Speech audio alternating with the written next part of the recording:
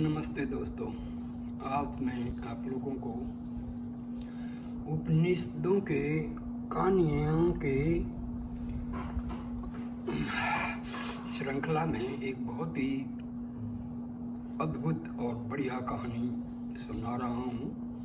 कहानी का शीर्षक है इंद्र और विरोचन। पुराणों की विचित्र कथाओं से यह पता लगता है कि भगवान ब्रह्मा के पौत्र और महर्षि मरीचि के पुत्र कश्यप की अनेक स्त्रियां थीं। उनमें दो के नाम थे अदिति और दीति। अदिति के पुत्रों के नाम आदित्य अर्थात देवता और दीति के पुत्रों के नाम दैत्य अर्थात असुर थे। अदिति और दीति में कभी पटती नहीं थी। उनके इस सौतेले भाव की छाप उनकी संतानों पर भी पड़ी। परिणाम यह हुआ कि देवता और दैत्य गण बराबर एक दूसरे को हराने, मारने, पीटने और अपदस्थ करने की ताक में लगे रहते थे। उनका झगड़ा इतना बड़ा चढ़ा था मानो इस संसार में उनका जन्म इसलिए हुआ था। ब्रह्मा और कश्यप के बीच बिचाव से भी इन दोनों सौतेले भाइयों में कभी शांति नहीं रही। समझाने बुझाने से वे और भी उमड़ पड़ते थे और एक दूसरे को समूल नष्ट कर देने की योजना बनाते। इस पारस्परिक कलह का परिणाम बड़ा भीषण होता और सारे देश में खून की नदियां बह जाती। देवताओं के समूह में बड़ा बुद्धिमान और बलवान होने के कारण नाते इंद्र स्वामी माने गए और उनकी ये परंपरा बराबर बनी रही। उसका कारण यह था कि ये लोग आपस में कभी लड़ते भिड़ते नहीं थे। इनकी सामूहिक लड़ाई दैत्यों ही से होती थी। ये आपस में बड़े स्नेह भाव से रहते, पर इनके विपरीत दैत्यों में कभी आपस में ही खुटपुट हो जाती। एक दूसरे को पराजित और अपदस्थ कर अपने को स्वामी बनाने का प्रयत्न करता।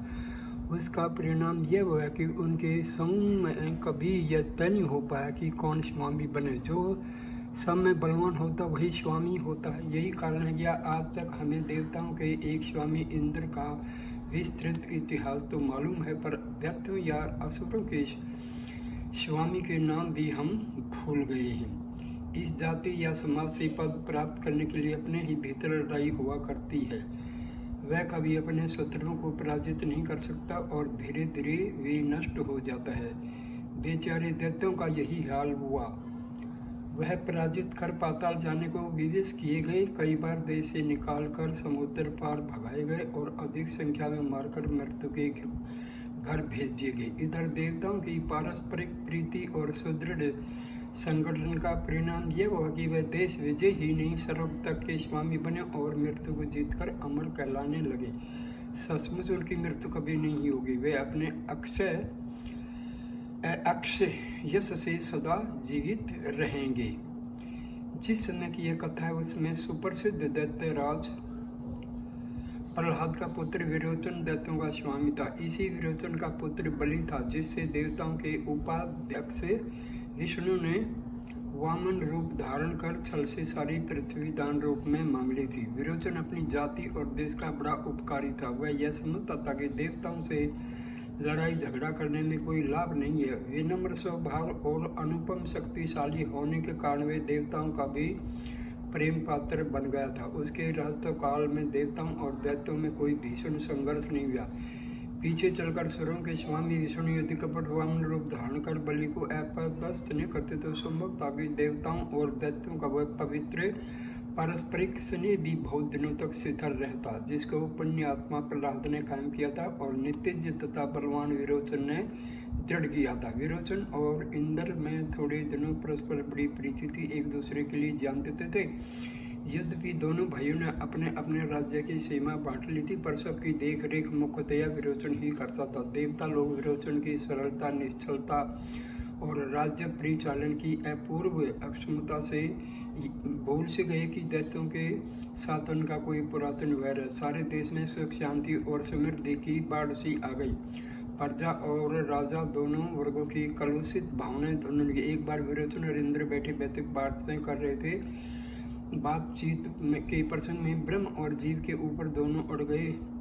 बड़ी देर तक विचार हुआ, कुछ निश्चय नहीं उसका।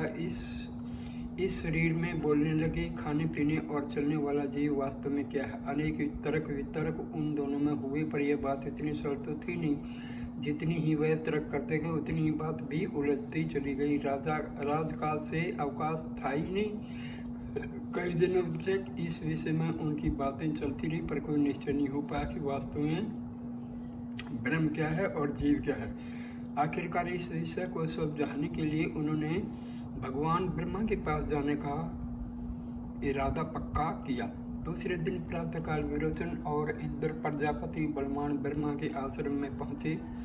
उसमें विरोचन का ओजस्वी बलवान शरीर राज चिन्ह से सुशोभित था। उसके उन्नत विशाल और ललाट पर मणि में किरीट की किरणें चमक रही थी। कान के चंचल कुंडल मुख छवि को और भी आकर्षक बना रहे थे। उसके कंधे पर एक रेशमी दुपट्टा शोभायमान था और बलिष्ठ भुजाओं में बेयोर की चमक बिजली की भ्रांति हो रही थी। ऊर्जान्वित चौड़े वृक्ष तल पर मणियों की अनेक लड़ियों की आभा से दुकुल का रंग विचित्र लग रहा था। बाईं ओर पीठ पर भरा हुआ तरकस और दाहिनी भुजा से धनुष लटक रहा था, पर उसके साथ आने वाले स्वल्पति इंद्र की सज धज बिल्कुल इसके विपरीत थी। उनके सुंदर सुगठित शरीर पर ब्रह्मचारियों की त्रिचरम मृगचरम शोभा दे रहा था और सिर पर लंबे केसों के सिवाय कोई आभूषण या किरीट नहीं था। विशाल और कंधे लटकने वाली मूंज की जनेऊ और हाथों में पलाश की समीधा थी। उनका चिर संगी वज्र भी उसमें संग में नहीं था। दत्तपति विरोचन सुरराज इंद्र के इस विनीत मुद्रा पर मन ही मन हंस रहा था। उसकी दृष्टि में एक राजा को सर्वत्र राजेश में ही जाना उचित प्रतीत हो रहा था, पर सुरराज इंद्र की धारणा इससे मेल नहीं खाती थी। वह दत्तपति के मनोभाव को समझते हुए भी संतुष्ट थे। भगवान ब्रह्मा अपने समीप आए हुए दोनों राजाओं को देखकर परम प्रसन्न हुए। बहुत दिनों से परिवार में फैली हुई वैराग्नि को शांत करने वाले इन दोनों राजाओं की वे मन ही मन बहुत प्रशंसा करते थे। थोड़ी ही देर में कुशल मंगल पूछने के बाद प्रजापति ब्रह्मा ने मुस्कुराते हुए देवराज इंद्र से पूछा, देवेश, तुम्हारा ये विनीत वेश देख मुझे यद्यपि बड़ी प्रसन्नता हो रही है, पर मैं जानना चाहता हूँ कि तुम इस वेश में किस प्रयोजन से मेरे पास आए हुए हो। दत्तपति विरोचन का इस वेश में मेरे पास आना एकदम स्वाभाविक है, पर तुम्हारे इस वेश का कोई विशेष तात्पर्य मैं नहीं समझ पा रहा हूँ। प्रजापति भगवान ब्रह्मा की बातें सुनकर दत्तपति विरोचन मुस्कुरा ले, क्योंकि उनके मन में भी इंद्र की इस वेशभूषा का कोई तात्पर्य नहीं बैठ रहा था। देवराज इंद्र थोड़ी देर तक चुप रहकर बोले, भगवान, मैं आपकी सेवा में कुछ सीखने के अभिप्राय से आया हूँ, इसलिए एक छात्र का वेश मैंने धारण किया। पर प्रभु, मैं जानना चाहता हूँ कि आत्मा क्या वस्तु है और ब्रह्मा क्या पदार्थ है। प्रजापति बोले, देवराज, तुम्हारी इस भावना का मैं आदर करता हूँ। मुझे अब विश्वास हो रहा है कि तुम्हारे जैसे राजा के राज्य में प्रजा को संतोष और शांति मिलेगी। दत्तपति विरोचन को अब भी अपनी त्रुटि मालूम नहीं हुई। वह अपने को संभाल नहीं सका, बीच में ही बोला, भगवान पिता में मैं भी आपकी सेवा में इसी उद्देश्य से आया हुआ हूँ। कई दिन हो गए जब से हम लोग तर्कों के जाल में फंसते चले जा रहे हैं, पर यह नहीं जान सके कि ब्रह्म और आत्मा क्या है। इस आत्मा और ब्रह्म की खोज के लिए हम दोनों आपकी सेवा में आए हैं। पर भगवान, मैं देवपति की इस बात से सहमत नहीं हूँ कि राजा को कभी अपने व्यक्तित्व का अनादर करना चाहिए। इस दीन वेशभूषा में न केवल उसका अनादर होता है, परंतु इसे सारी जाति और देश का अपमान होता है। राजा सर्वदा और सर्वत्र राजा है, उसको यह दृढ़ वेशभूषा नहीं अपनानी चाहिए। प्रजापति ब्रह्मा और अपने परपुत्रों के इन परस्पर विरुद्ध विचारों को सुनकर पी गई प्रसंग बदलते हुए बोले, दत्तपति, आत्मा और ब्रह्म की खोज में तुम दोनों को तल्लीन देकर मुझे अब विश्वास हो गया है कि तुम में कल्याणकारी विचारों का उदय हुआ है, पर इसके लिए आवश्यक है कि तुम दोनों एक वर्ष तक पूर्ण ब्रह्मचर्य के नियमों का पालन करो। विरोचन ने बीच में ही कहा, पिता, में बहुत दिनों की बात है, आपने एक बार कहा था कि आत्मा पाप रहित, जरा रहित, मरण रहित, शोक मुक्त, अक्षुदा और पिपासा से विरहित, सत्य काम और सत्य संकल्प है। हम दोनों उसी आत्मा को खोजना चाहते हैं, पर यदि इसे जानने के लिए एक वर्ष तक पूर्ण ब्रह्मचर्य का पालन करना चाहिए तो हम सहर्ष तैयार हैं। जिस उपाय से भी हमें उस आत्मा का साक्षात्कार होगा उसे पूर्ण करने के लिए हम आए हैं। इंद्र ने विनीत स्वर में हाथ जोड़कर कहा, भगवान आपकी आज्ञा हमें सिर से स्वीकार है। इंद्र और विरोचन ब्रह्मा की आज्ञा से पूर्ण ब्रह्मचर्य के नियमों के पालन करने में लगे। उसमें उनके मन में सत्य काम, सत्य संकल्प, जरा मरण रहित आत्मा के दर्शन की उत्कट अभिलाषा थी। इसलिए ब्रह्मचर्य के कठोर नियमों के पालने में भी उन्हें रस मिल रहा था। उनकी आंखों से विस्तृत साम्राज्य का चित्र कुछ दिनों के लिए ओझल हो गया, पर वह केवल आत्मा के दर्शन को आकुल थे। धीरे धीरे ब्रह्मचर्य के नियमों का पालन करते हुए 1 वर्ष बीत गया। दोनों राजाओं के मन से कलुषित भावनाएं धीरे धीरे मदिरा की कुमारी से सदा लाल रहने वाली उनकी आंखों में ब्रह्मचारी की निर्मल ज्योति आ गई। सत्य, अहिंसा, दया और सदाचार से उन्हें वह अपूर्व शांति मिलने लगी जो भूमंडल के उदयास्त गिरिव्यापी साम्राज्य से कुछ ढूंढने और ढूंढवाने से भी नहीं मिल रही थी। प्रजापति को जब यह ज्ञात हुआ कि इंद्र और विरोचन के 1 वर्ष पूरे हो गए, तब उन्होंने एक दिन प्रातःकाल समय बुलाकर कहा, वत्स तुम्हारी साधना मैं समझता हूँ पूरी हो गई। तुम्हें मैं ब्रह्म के स्वरूप का संकेत कर रहा हूँ, सावधानी से सुनो। इंद्र और विरोचक उत्सुक मन और सावधानी इंद्रियों के साथ ब्रह्म के उपदेश को ग्रहण करने के लिए तैयार हो गया।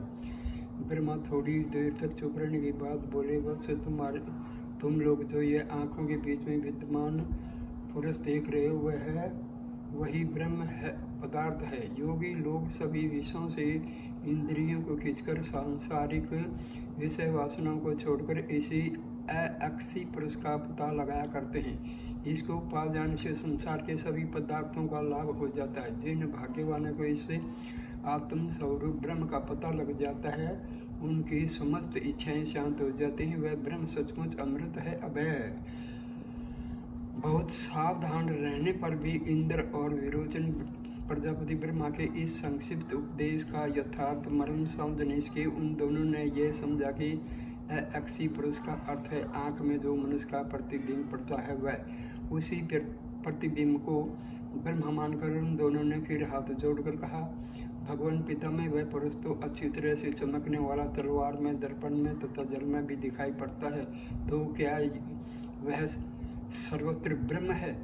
प्रजापति ने मुस्कुराते हुए कहा, जो आंख में रहकर उस तलवार में, दर्पण में अथवा जल में दिखाई पड़ने वाले उस पुरुष का दर्शन करता है, वही ब्रह्म है, अमृत है, अभय है।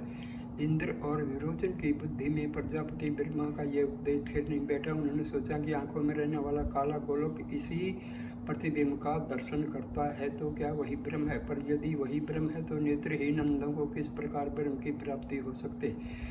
इस असमंजस और दुविधा में पड़े उन्हें पड़े देख ब्रह्मा ने कहा, मुझसे एक कटोरे में जल भरकर ले आओ, अब मैं तुम्हें अपनी बात ठीक ढंग से समझा सकूंगा। इंद्र के कटोरे में जल ले जाने पर प्रजापति ब्रह्म ने कहा, तुम दोनों बारी बारी इस कटोरे में देखो और बताओ कि तुम इसमें क्या देखते हो। विरोचन और इंद्र दोनों ने कटोरे में देखकर उत्तर दिया, भगवान इससे हमारे शरीर का प्रतिबिंब दिखाई पड़ता है। हमारी दाढ़ी, मूंछ, केश, कुंडल, किरीट सब कुछ जैसा का तैसा दिखाई पड़ता है। प्रजापति ने उनके मनोभावों को ताड़ लिया और फिर मुस्कुराते हुए कहा, अच्छा, अब तुम दोनों अपने अपने वस्त्रों और अलंकारों को हटा दो और दाढ़ी, मूठ, वेश के शादी भी बनवा डालो, तब मैं तुम्हें ब्रह्मा के बारे में ठीक से समझा सकूंगा। इंद्र और विरोचन ने पिता में भगवान ब्रह्मा के विचारों का पालन किया। थोड़ी ही देर में वह इसी तरह तैयार होकर फिर ब्रह्म के पास आ गए। इस तरह बनकर आने का उनका आदेश था। ब्रह्मा ने कहा, अच्छा, अब तुम लोग इस कटोरे में देखकर बताओ कि इसमें क्या दिखाई पड़ता है। दोनों सम्राटों ने कटोरे के भीतर अपने दाढ़ी मूंछ रहित विचित्र मुखमंडल को देखकर मुस्कुराते हुए कहा, भगवान इस कटोरे में हमारी दाढ़ी, मूंछ, केश रहित मुखमंडल का और आधे शरीर का प्रतिबिंब दिखाई पड़ रहा है, तो क्या यही ब्रह्म है जो बार बार इसे देखने की आप आज्ञा दे रहे हैं? प्रजापति भगवान ब्रह्मा को इन जिज्ञासु सम्राटों के ऊपर दया आ गई। वह मुस्कुराते हुए बोले, वत्स, अच्छा, अब तुम लोग राजधानी को वापस लौट जाओ और वहाँ सुंदर वस्त्राभूषण से सुसज्जित होकर जल व दर्पण में फिर देखना और मनन करना कि इन आंखों में रहकर जो इस जाल में दिखाई पड़ने वाले विचित्र वेशभूषा से समन्वित शरीर व मुखमंडल का दर्शन करता है, वही ब्रह्म है, अभय है और अमर है। विरोचन और इंद्र पितामह की आज्ञा से उल्लास के साथ अपनी अपनी राजधानी को वापस लौट आए। उसमें उनके मन में ब्रह्म के प्रति विचित्र कल्पनाएं हो रही थी। वह इसी उधेड़ वन में लगे हुए थे कि इतनी आसानी से जानने योग्य ब्रह्म के पीछे यह ऋषि मुनि लोग क्यों इतने परेशान रहते हैं। संसार से विरक्त होने की इन्हें क्यों आवश्यकता पड़ती है। लोक पिता में प्रजापति भगवान ब्रह्म को यह विदित हो गया कि इन दोनों सम्राटों के मन में अभी पूर्ण शांति नहीं प्राप्त हुई है और वह फिर कभी अशांत होकर वापस लौटेंगे। उधर अपनी अपनी राजधानी में पहुंचकर विचित्र बहुमूल्य वेशभूषा से सुसज्जित होकर इंद्र और विरोचन ने दर्पण में अपना अपना प्रतिबिंब फिर से देखा। वह ब्रह्म के वास्तविक तथ्य को नहीं समझकर केवल इतने ही समझ सके कि इस दर्पण में विविध वस्त्रों एवं अलंकारों से सुशोभित दिखाई पड़ने वाले प्रतिबिंब का वास्तविक रूप यह हमारा शरीर ही ब्रह्म है। किंतु देवराज इंद्र विस्मय में पड़ गए, क्योंकि उन्हें ब्रह्मा के उपदेश और अपने अनुभव में बड़ी असंगति दिखाई पड़ रही थी। दैत्यपति विरोचन में तो यह विश्वास जम गया कि इस सुंदर वस्त्राभूषण से सुसज्जित शरीर को छोड़कर संसार में ब्रह्म नाम की किसी दूसरी वस्तु का नहीं है। इस शरीर की ही सब प्रकार से सेवा करनी चाहिए। इसके सिवाय संसार में कोई दूसरा चेतन ब्रह्म नहीं है। यह शरीर ही ऐसा पदार्थ है जिसकी सेवा से इस लोक में सर्वत्र सुख मिल सकता है, संतोष और शांति मिल सकते हैं। इसलिए तनिक सी असावधानी हो जाने पर शरीर रुग्ण हो जाता है और इतना कष्ट होता है। इस शरीर की सेवा में जो कुछ भी हो सके लगा देना चाहिए। यही शरीर ही ब्रह्म है और जब तक शरीर है तभी तक ब्रह्म है। इस विचारधारा में बहकर दैत्यपति विरोचन ने अपनी जाति वालों को बुलाया और उन्हें इस शरीर को ब्रह्म मानकर उसकी प्रसादना और बनाव श्रृंगार में लगे रहने की शिक्षा दी। निर्बुद्ध दैत्यों के मन में विरोचन की शिक्षा का ऐसा प्रभाव पड़ा कि वह उसी दिन से शरीर की उपासना में लग गई। विविध प्रकार के वस्त्र, आभूषण, भोजन, शयन, मदिरा पान, सुंदर स्त्री, सुंदर वाहन, धन और संपत्ति जुटाने की होड़ में भी लग गए। उनके जीवन की धारा ही बदल गई। वह धीरे धीरे असंतोष और अशांति की चक्की में पिसने लगे। उनमें अपने ही बीच फिर से लड़ाई झगड़े शुरू हो गए, पर राहत के परिवर्तनों से उनमें कुछ दिनों में जो देवता के विचार उदय हो रहे थे वह फिर आसुरी भावना से अभिभूत हो गई। वह फिर नए सिरे से असुर बन बैठे। विरोचन को इसका कुछ भी पता नहीं लग सका कि दैत्यों में इस प्रकार की बैर भावना, लोभ, मोह, हिंसा, अशांति और क्लेश का संचार फिर क्यों हो रहा है।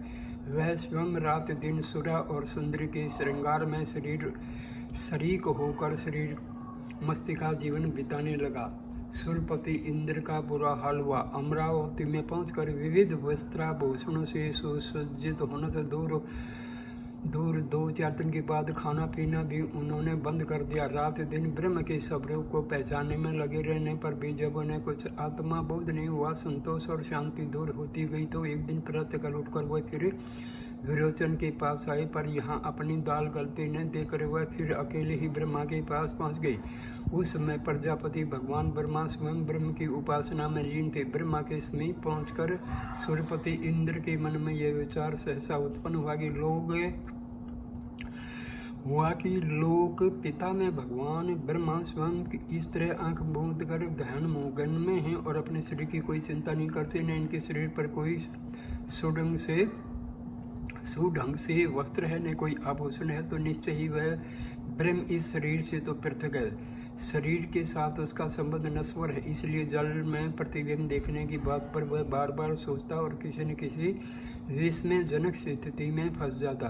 किंतु इस बार के विचार और मन में सच्ची जिज्ञासा की लगन से उसमें सत्य सिद्धांत का कुछ उदय हो चला।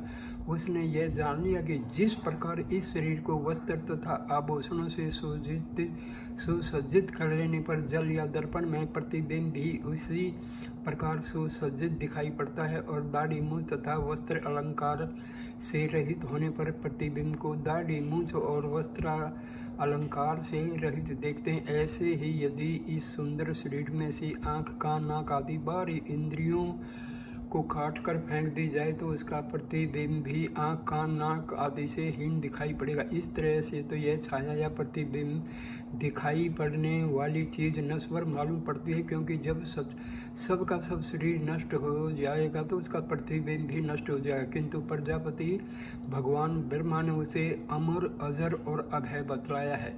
इस तरह जल में या दर्पण में इस प्रतिबिंब का बार बार देखना व्यर्थ है। इसे देखकर ब्रह्म की प्राप्ति भला किस प्रकार हो सकते। इस प्रकार चिंता के प्रवाह से इंद्र बहे जा रहे थे कि प्रजापति ब्रह्मा की समाधि भंग हुई।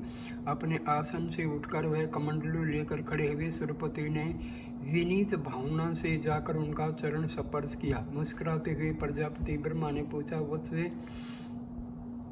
इतनी शीघ्रता से राजधानी छोड़कर तुम क्यों चले आए? तुम्हारे सदा प्रसन्न रहने वाले मुखमंडल पर यह चिंता की रेखाएं क्यों खींची हैं? मैं जानना चाहता हूँ कि तुम किस आपत्ति में ग्रस्त हो। सुरपति इंद्र ने अपने सहज गंभीर स्वर में निवेदन किया, प्रजापति आपने छाया पुरुष के दर्शन की बातें बतलाकर ब्रह्म प्राप्ति का जो साधन सिखाया था उसके द्वारा मुझे शांति नहीं मिल रही है। इस प्रकार उसे अमर, अजर और अभय ब्रह्म की प्राप्ति ही मेरे जीवन की सबसे बड़ी चिंता है और सबसे बड़ी समस्या है। उसके आगे मुझे संसार में अब कोई चीज़ भी नहीं सुहा रही है। भगवान मेरे ऊपर कृपा कीजिए। ब्रह्मा बोले, वत्स इंद्र, तुम्हारी सच्ची जिज्ञासा और लगन देखकर मुझे प्रसन्नता हो रही है, पर मैं यह देखकर विस्मय में पड़ा हुआ कि इस बार तुम्हारे साथ दैत्य सम्राट विरोचन क्यों नहीं आया? तुम्हारी और उसकी मित्रता तो सारे जगत में प्रशंसा का एक मुख्य विषय बनी रही है। क्या तुम उस ब्रह्म ज्ञान की प्राप्ति में साथ नहीं रखना चाहते?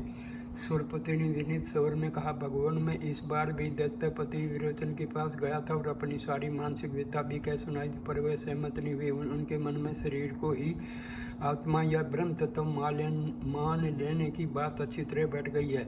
सारे दैत्यों को बुलाकर वे अपनी इस मत का प्रचार भी कर रहे हैं। मैं उन्हें किसी प्रकार भी इस मत से डिगा नहीं सका, यद्यपि अपनी सब शंकाएं भी उन्हें सुना दी थी। ऐसी स्थिति में उन्हें साथ न रखने की बात ही नहीं उठती। वे मेरे सच्चे मित्र और किसी प्रकार भी उनसे छल करना मुझे अभिप्रेत नहीं है। ब्रह्मा सुरपति की बातें सुन बड़े ध्यान से सुनते रहे और थोड़ी देर तक गंभीर भाव से चुपचाप बने रहे। फिर बोले, अच्छा वत्स, तुमको ब्रह्म तत्व का साक्षात्कार अवश्य होगा, पर इसके लिए आवश्यक है कि तुम अपने मन में उठने वाली शंकाओं को दूर कर दो। ये शंकाएं बिना पूर्ण ब्रह्मचर्य के दूर नहीं हो सकते। मेरे आश्रम में रहकर तुम 1 वर्ष तक पूर्ण ब्रह्मचर्य के नियमों का पूर्ण पालन करो, तब मैं तुम्हें उस ब्रह्म के वास्तविक स्वरूप का मर्म बतला सकूंगा। क्योंकि यदि मैं तुम्हें अभी सब बातें बताऊं तो तुम उन्हें ग्रहण नहीं कर सकोगे। ब्रह्मचर्य के बिना शांति और संतोष नहीं मिलता और बिना शांति और संतोष के किसी गंभीर विषय को ग्रहण नहीं किया जाता। सूर्यपति प्रसन्न मन से प्रजापति के पुनीत आश्रम एक निष्ठा से ब्रह्मचर्य के नियमों का पुनः पालन करने लगे। उनके मन में ब्रह्म तत्व की सच्ची जिज्ञासा थी और उनकी बाहरी और भीतरी आंखें उसी अजर, अमर और अभय आत्मा के दर्शन को लालाई थी। धीरे धीरे प्रजापति भगवान ब्रह्मा के आश्रम में सुरपति को ब्रह्मचर्य व्रत में निरत रहते हुए 1 वर्ष बीत गया। सुरपति का तेजस्वी शरीर अखंड ब्रह्म वर्चस्व की आभा से प्रदीप्त हो उठा। उनके मन की कितनी व्याधियाँ मिट गई और अंतःकरण में एक प्रकाश सा दिखाई पड़ने लगा। ठीक उसी दिन जिस दिन से उनके ब्रह्मचर्य व्रत को प्रारंभ हुए 1 वर्ष बीता था, प्रजापति ब्रह्मा उनके समीप आए और मुस्कुराते हुए बोले, वत्स मैं समझता हूँ कि तुम अपने को अधिक संतुष्ट और शांत पाते होगे। देवराज, इसी संसार में ब्रह्मचर्य से बढ़कर शांति का कोई दूसरा साधन नहीं है। ब्रह्म प्राप्ति का मुख्य द्वार यही है। आत्मा का दर्शन इसी के द्वारा हो सकता है। अच्छा, अब तुम मुझसे उस आत्मा या ब्रह्म के स्वरूप के बारे में अपनी शंकाओं का समाधान ले सकते हो। इंद्र ने हाथ जोड़कर कहा, भगवान मेरी कितनी शंकाएं तो स्वतः दूर हो गई। मैं यह समझने लगा हूँ कि छाया पुरुष कभी आत्मा या ब्रह्म नहीं हो सकता। अतः कृपया मुझे उस ब्रह्म स्वरूप का संक्षेप में परिचय बताइए, जिसके ध्यान में स्वयं सदा लगे रहते हुए मुझे अब अपनी शंकाओं के बारे में कोई नई जानकारी नहीं प्राप्त करनी है। प्रजापति मुस्कुराते हुए प्यार भरे स्वर में बोले, वत्स इंद्र, तुम्हारी जिज्ञासा से मेरे मन में आज बड़ी प्रसन्नता हो रही है। मुझे अब यह निश्चय हो रहा है कि तुम्हारे प्रियतम से देवताओं का दुख सदा के लिए दूर हो जाएगा। तुम्हारे समान सरल, जिज्ञासु और निष्कपट प्रभु को पाकर देवता विजयी होंगे। अब मैं तुम्हें उस परमात्म स्वरूप ब्रह्म का संक्षेप में परिचय बता रहा हूँ, ध्यान पूर्वक सुनो। वत्स, वह आत्मा या ब्रह्म इस हमारे शरीर में भी अवस्थित है, वह कहीं अलग नहीं है। उसे पहचानने वाली आंखें चाहिए। शरीर के नष्ट हो जाने पर भी वह नष्ट नहीं होता, क्योंकि वह अमर है। इसके विरुद्ध हो जाने पर भी वह विरुद्ध नहीं होता, क्योंकि वह हाजिर है। और इसके भय, व्याधि एवं दुखग्रस्त होने पर भी वह भय रहित, निरोग और दुख रहित रहता है, क्योंकि उस पर सांसारिक दुख सुख की छाया नहीं पड़ती। वह अभय और निरापद है।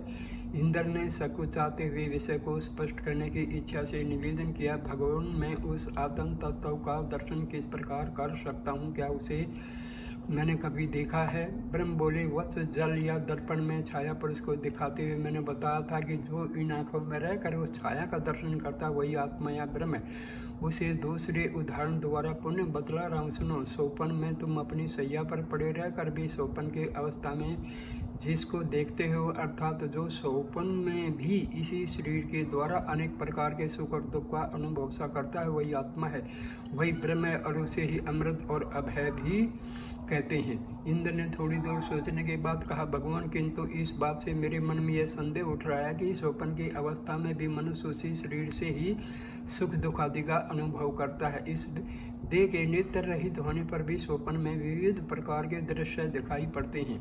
अंधा भी नित्य सुख का आनंद उठाता है। इसी शरीर का कोई भी रोग या दोष सोपन में आत्मा से संबंध नहीं होता।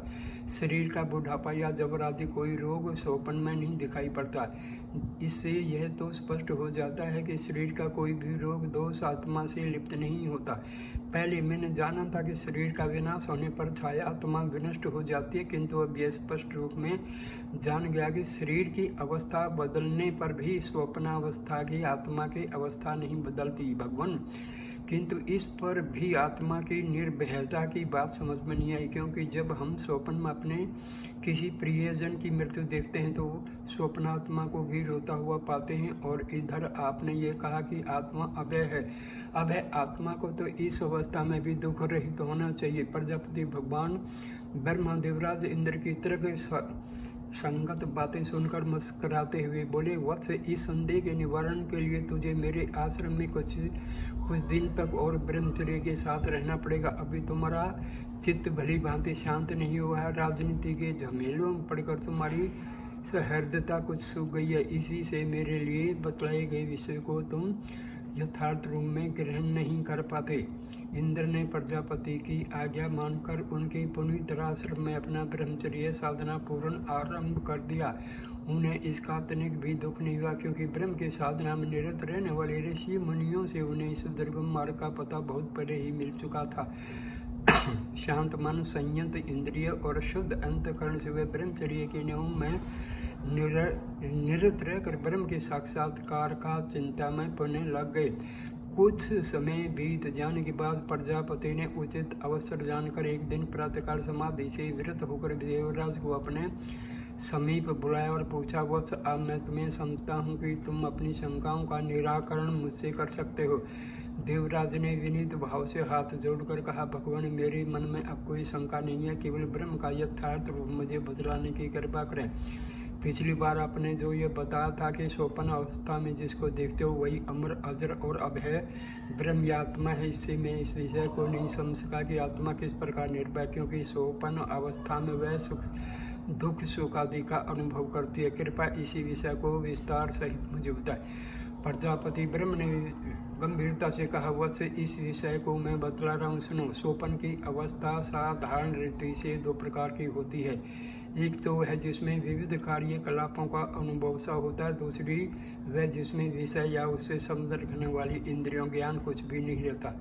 उस प्रगाढ़ निद्रा या सुषुप्ति की अवस्था में कोई कार्यकलाप नहीं होता। वह जो आनंदमय अवस्था है वही सच्चे अर्थ में ब्रह्म का पूर्ण स्वरूप है, जिसको तुमने जल व दर्पण में प्रतिबिंबित होते हुए आँख के द्वारा देखा है, जिसको स्वप्न में भी क्रियाशील या सुख दुख आदि का अनुभव करते हुए देखा है, वह वही इस सुषुप्ति अवस्था में सत्य रूप से वर्तमान रहता है।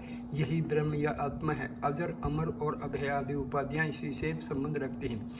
देवराज ब्रह्म ने विस्मय प्रकट करते हुए कहा, पर भगवान उस सुषुप्ति अवस्था में जब आत्मा सत्य रूप से वर्तमान रहती है तो उसे अपनी सत्ता का बोध क्यों नहीं होता, अर्थात वह मैं आत्मा हूँ इस तरह का अनुभव क्यों नहीं करती। जागृत या सोपन अवस्था की तरह इस सुषुप्ति अवस्था में भी वस्तु ज्ञान क्यों नहीं रहता। यदि ऐसा ही है तो फिर इस तरह क्यों न मान लिया जाए कि उस सुषुप्ति अवस्था में आत्मा एकदम रहती ही नहीं, वह विलुप्त हो जाती, पर आप कहते हैं कि वह अजर अमर है। भगवान, ये बात तो मेरे मन में कुछ नहीं बैठ रही, कृपा से स्पष्ट रूप में मुझे पढ़ने समझाइए। ब्रह्मदेवराज की बातें सुनकर मुस्कुराए, दाहिनी हाथ को उठाकर वह बोले, वत्स सूर्यराज, तुम्हारी चित्त शुद्धि होने में अब बहुत देर नहीं है। तुम थोड़े दिन और ब्रह्मचर्य के समस्त नियमों का पालन करो, फिर तो सारी बातें तुम स्वतः समझ जाओगे। अभी कुछ कसर रह गई है, पूर्ण रूप से अज्ञान का पर्दा नहीं हटा। इंद्र फिर एक निष्ठ होकर ब्रह्मा के आश्रम में ब्रह्मचर्य के समस्त कठोर नियमों का पालन करने के यही जानकर उन्हें बड़ी प्रसन्नता हो रही थी कि सफलता के दिन अब बहुत समीप है। इस प्रकार कुछ समय तक फिर ब्रह्मचर्य की साधना में तन मन से निरत रहने के बाद एक दिन सायंकाल पर प्रजापति ने देवराज को अपने समीप बुलाकर कहा, वत्स, अब तुम्हारी साधना पूरी हो चुकी है। आज मैं तुम्हें ब्रह्म स्वरूप का पूर्ण परिचय करा दूंगा। तुम्हारे मन में जो भी शंकाएं हों मुझसे उन सब का निराकरण करा लो। देवराज का सारा शरीर पुलकित हो गया, कंठ भराया और वाणी कुछ गंभीर हो गई। हाथ जोड़कर बोले, भगवान, मैं यही जानना चाहता हूँ कि विनाशी शरीर में रहने वाली आत्मा अविनाशी किस तरह हुई। इसकी अमरता पर मुझे भारी संदेह हो रहा है। कृपया इस संदेह का निवारण कर मुझे कृतार्थ कीजिए। प्रजापति बोले, वत्स, इस आत्मा का कभी विनाश नहीं होता। विनाशी तो यह शरीर है जिसे जैसा कि तुम प्रतिदिन देखते हो कितने लोग मरते और नवीन शरीर धारण करते रहते हैं। इसी शरीर के ऊपर रात दिन आठों पहर मृत्यु का फेरा लगा रहता है। शरीर, इंद्रिय, अंतःकरण सभी मृत्यु के मुख में पड़कर विनिष्ट हो जाते हैं, पर यह आत्मा मृत्यु के वश की चीज नहीं है। इसी आत्मा के भोग के लिए तेज, जल और पृथ्वी द्वारा शरीर की रचना होती है।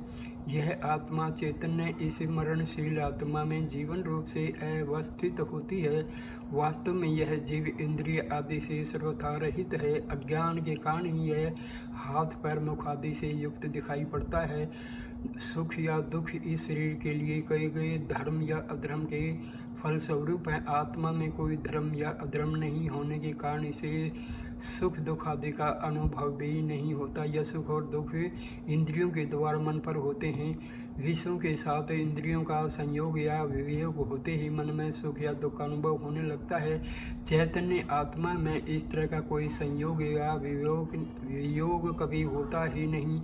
जब तक वह इस शरीर में अवस्थित रहता है तब तक इंद्रियों तथा मन का संयोग उसे प्राप्त रहता है। इन्हीं इंद्रियों तथा मन के कारण सुख दुख आदि का अनुभव शरीर में होता है। शरीर जब नष्ट हो जाता है तब उस आत्मा का वास्तविक स्वरूप प्रकाशित होता है। उस समय सुख और दुख आदि की कोई कल्पना भी नहीं होती। पर्वत से वह आत्मा शरीर की उस अवस्था में भी निर्मल और निर्वच्छन आनंद स्वरूप रहती है। वह सर्वदा अपरिवर्तनीय, नित्य और एकमात्र आनंद स्वरूप है। विषयों से उत्पन्न होने वाले सुख दुख उसी आनंद का कुछ थोड़ा सा परिचय देते हैं। जिस प्रकार सूर्य का स्वरूप प्रकाश करना होता है, न कि इस वस्तु को प्रकाशित करना या उस वस्तु को प्रकाशित करना, उसी प्रकार आनंद ही आत्मा का स्वरूप है। यह कान का सुख था या वह नेत्र का सुख सब आत्मा के आनंद का सच्चा स्वरूप नहीं है, बल्कि उसी के अंतर्भूत है। देवराज बीच में ही हाथ जोड़कर बोल पड़े, भगवान, मैं यह जानना चाहता हूँ कि आत्मा तीनों जागने, स्वप्न देखने का तथा प्रगाढ़ निद्रा में सोने की अवस्थाओं में किस प्रकार इस शरीर में अवस्थित रहती है। कृपया इस विषय को मुझे स्पष्ट बताइए। ब्रह्मा बोले, वत्स, जागृत, स्वप्न और सुषुप्ति तीनों ही अवस्थाओं में वह आत्मा एक रूप रहती है। जागृत अवस्था में बाह्य विषय और शरीर के इंद्रियों के संयोग से शब्द स्पर्श आदि की उपलब्धि होती है।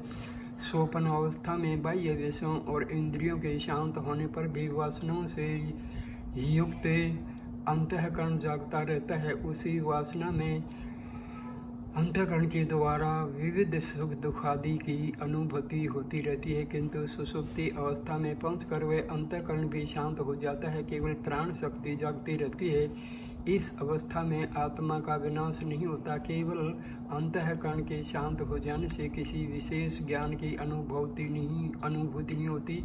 उस समय केवल साधारण ज्ञान मात्र रह जाता है। उस स्थिति में शरीर और इंद्रिय समेत अंतःकरण के विलुप्त हो जाने से सुख दुख आदि की अनुभूति नहीं होती, किंतु शरीर की तीनों उक्त दिशाओं में अविनाशी आनंद में आत्मा का एक रूप में टिकी रहती है।